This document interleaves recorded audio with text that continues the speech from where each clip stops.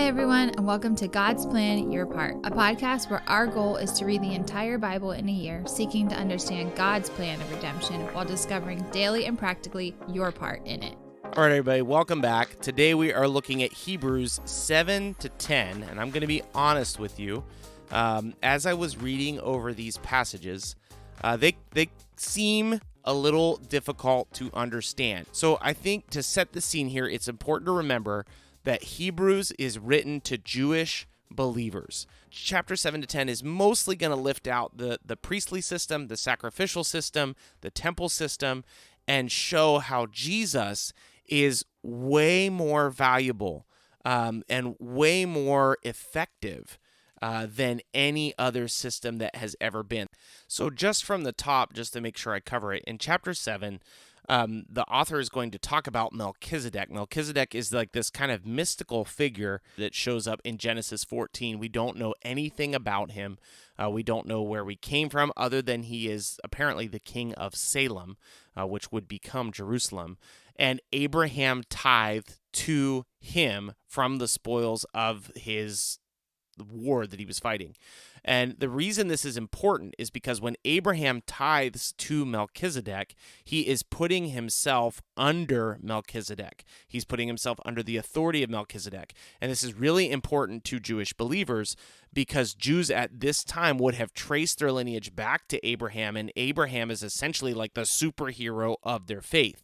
So the fact that Abraham places himself under Melchizedek would get all of their attention and bring into focus the power or the importance of Melchizedek. And it quickly became, in Jewish tradition, understood that Melchizedek was foreshadowing the coming Messiah. So that's why Jesus ends up being a high priest in the order of Melchizedek. The next thing the author is going to do is say, Jesus died, but Jesus rose again, so Jesus will never die again. And the way that high priests worked is that high priests were the authority in the land until they died, and when they died, there was a new high priest put in place. There was this change in political power. There was actually a release of people that were living in cities of refuge. So it was a big deal when the high priest changes. But because Jesus will never die again, spoiler alert, that remains true, we will never need a new high priest again. Jesus will be our high priest. Then he's going to talk about the temple. So if you look at chapter 9 is kind of using this tent language where they're saying that the high priest, and this is true, the high priest or the priests, they would go into the first court of the temple or the tent. It changed with history. They would go into that first section and they would offer sacrifices. And then once a year, the high priest would go into the second section, the Holy of Holies, and he would offer sacrifices. But those sacrifices were not effective because they would have to be offered again and again and again. Well, because Jesus is now in the actual heavenly temple, and the author will make the case that the earthly temple was just like a way for us to understand the heavenly temple. Now that Jesus is our eternal high priest, and he is in fact present in the heavenly temple, he can offer sacrifices for us. What sacrifice did he offer? His own blood. And because his own blood has permitted him into the presence of God, he does not need to re-enter the presence of God once a year. He just stays there. He's saying that when Jesus shed his own blood, Jesus is a better sacrifice, and Jesus is an eternal sacrifice, and Jesus is at the right hand of the Father, pleading our case for the forgiveness of our sins, and he will not need to do that again. Jesus' life is not an ineffective sacrifice. And if you go on to let's look at verse 21. And in the same way, he sprinkled with the blood both the tent and all the vessels used in worship. Indeed, under the law, almost everything is purified with blood, and without the shedding of blood, there is no forgiveness of sins. Thus, it was necessary for the copies of the heavenly things to be purified with these rites, but the heavenly things themselves with better sacrifices than these. For Christ has entered not into holy places made with hands, which are copies of the true things, but into heaven itself, now to appear in the presence of God on our behalf. So again, all these earthly systems, all these Jewish traditions that they would have been very familiar with, they were just like an image that we could grasp that would represent to us the reality of heaven. And Jesus is now present in the reality of heaven, doing the things that the priests would have done. This is still happening today. Jesus is still interceding for us today because his sacrifice is more effective. That's also why we don't practice all these other animal sacrifices anymore, because Jesus has taken that place. Jesus was always intended to take that place. In fact, if this gets your mind spinning, everybody who had faith in God had faith that he would provide. So even those people in the Old Testament who were offering sacrifices, the ones who were truly honoring God were just acting in obedience to God, believing that he would provide the ultimate sacrifice that he had promised. So they were believing forward that Jesus would come. They were having faith forward in Jesus. We now have faith backward in Jesus, knowing that Jesus has come. So when Jesus gave his life for the forgiveness of sins, he gave his life for the forgiveness of sins of all believers of all time. So they believed forward, we believe backward. Jesus gave his life and has accomplished forgiveness of sins for those who believe. So now I'm going to jump ahead to chapter 10. Chapter 10, the author is assuming that you understood his case, that Jesus is better, more effective, more powerful, has more authority than the entire old sacrificial system, the entire old worship system, and now we have access to God through this new system. And then he's going to lay out what we should do because of that. So chapter 10, verse 19, it says, "Therefore, brothers, since we have confidence to enter the holy places by the blood of Jesus," remember, he just established that idea in chapter 9 earlier, "by the new and living way that he opened for us through the curtain, that is, through his flesh.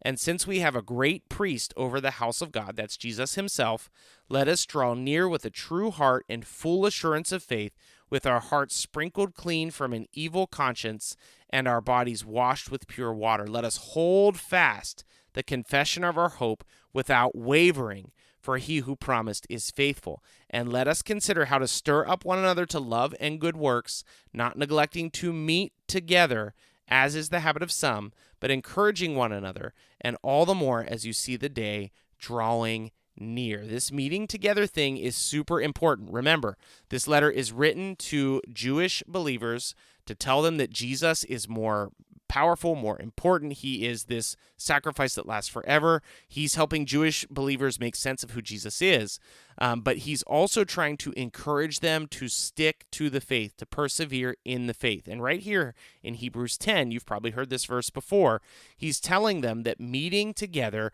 and encouraging each other is going to be a necessary part of persevering.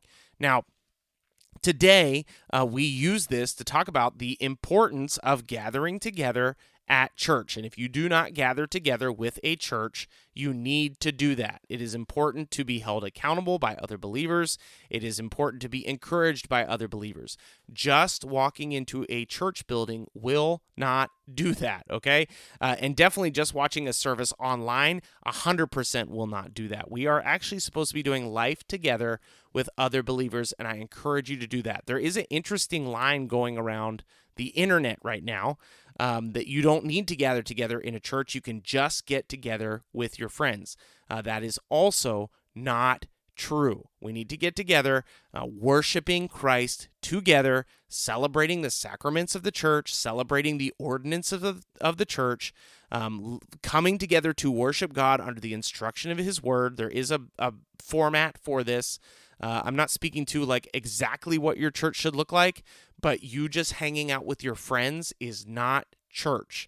If you remember, which who doesn't remember, coming through COVID, pretty much all the churches closed. And actually, the churches that did not close have a lot of my attention nowadays because I'm encouraged by their faithfulness, pressing through what was a very difficult time. And I was a pastor during that time, so I remember all the conversations around it. But some really hurtful things came out of the fact that all those churches were closed. And most likely, if you are committed to a body of believers, when you look around your church, you'll notice that a lot of people fell off in that period of time and they have not come back. Maybe they went to a different church down the street, but a lot of them just don't go to church at all. And that's because we fell into this deception that we should neglect meeting together. And neglecting meeting together actually led a lot of people to no longer be encouraged in the faith. It's not a good thing. Now, if you look at the next passage, this is another one of those really complicated warning passages.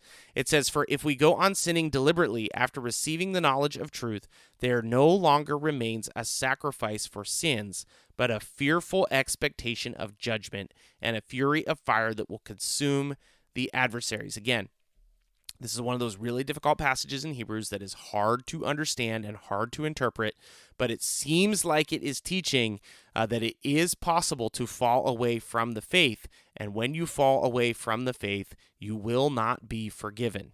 Regardless of exactly what these passages mean, the author does want us to understand the weight of following Jesus and does want us to understand that it is possible to appear like you are following Jesus, but in reality, you are 100% not. And I know that, like, I have lived that myself. I have been in a period of my life when I was much younger where I definitely was not following Jesus, but on the outside, I looked like it. So if you are in a situation like that, you're not doing anybody any favors because you don't actually get any extra credit for pretending to follow Jesus. Only authentic followers of Jesus receive grace and forgiveness and ultimate reward. And this passage says that if you fall away, you actually receive condemnation. So I don't say that to freak you out, but I do think our culture has moved away from these kind of passages, and I don't want us to shy away from them.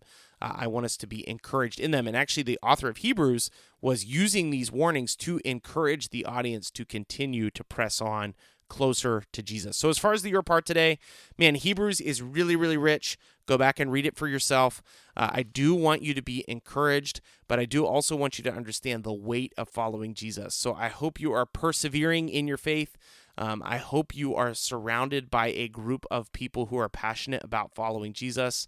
If you're not, man, please start to look for one. You have to have that. It is so important. And that's probably the most pointed your part for today. If you are not involved in a church, please get involved in one. It's difficult to find a good church. You don't find a good church based on how good the coffee is or how good the light show is. You find a good church by how well they teach the Bible and how obedient they are, particularly their leaders, to what the Bible teaches. So I hope you're encouraged. Please find a church. Please stay committed to your church. We'll be back again tomorrow. We'll be peeling apart Hebrews 11 to 13. We'll see you then. Thanks so much for listening to God's Plan, Your Part. If anything stuck out to you, if you have any questions, or if you'd like to receive a Bible, you can email us at godsplanyourpart@gmail.com. Also, if you're enjoying the podcast, please consider supporting us through the link in our description. We love that you're on this journey with us, and we hope you have a great day. See you tomorrow.